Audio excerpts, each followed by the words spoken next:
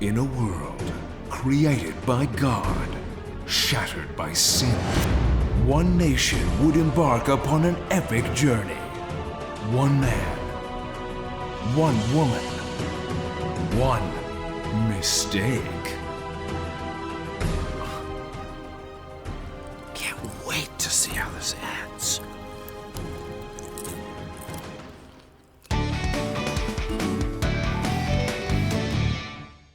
Hi, I'm Kai. And I'm Libby. Welcome to Catholic Central. Today we're talking about the first 5 books of the Bible, also known as the Pentateuch. Pentateuch is a Greek term meaning 5 scrolls, or books. Jewish tradition calls it the Torah, meaning teaching. Ah, but is it 5 books? Or 1 book?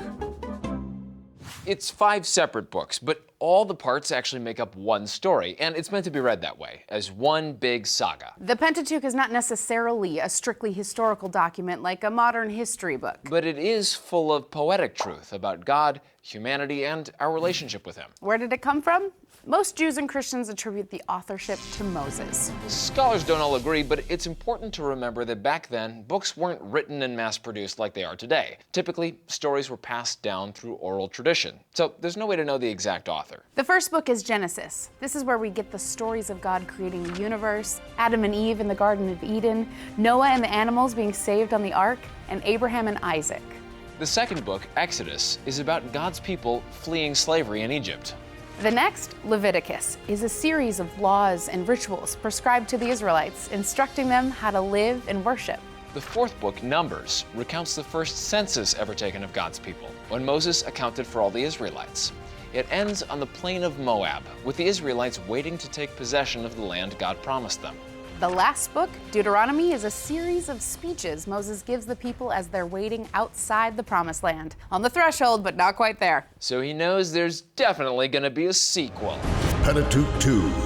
It's a whole New Testament. You could say that Catholics believe the sequel is the rest of God's great redemption story, which ultimately leads to Jesus' life, death, and resurrection, freeing us from the bondage of sin. Not that it's not a great story on its own, but Catholics read the whole Bible in the context of Jesus, even the first 5 books. For example, take another character from the Pentateuch, Abraham. Abe was old, and his wife was barren, but God had promised him he'd be the father of many nations. So his wife Sarah miraculously got pregnant and would have a son named Isaac. Later, God asked Abraham to sacrifice Isaac, his only legitimate son. Just like Christ eventually carried his cross, Isaac carried the wood for his own sacrifice. Lucky for Isaac, though, an angel stopped Abraham before things got too dangerous. Still, we see the anguish of a father about to sacrifice his son. And how Abraham's love for God was more important than the son he loved more than himself. Which connects us to God's love for us. There are lots of other lessons in the Pentateuch for us today, though. Take the story of Adam and Eve and their fall in the garden. It teaches us about God's love for his creation,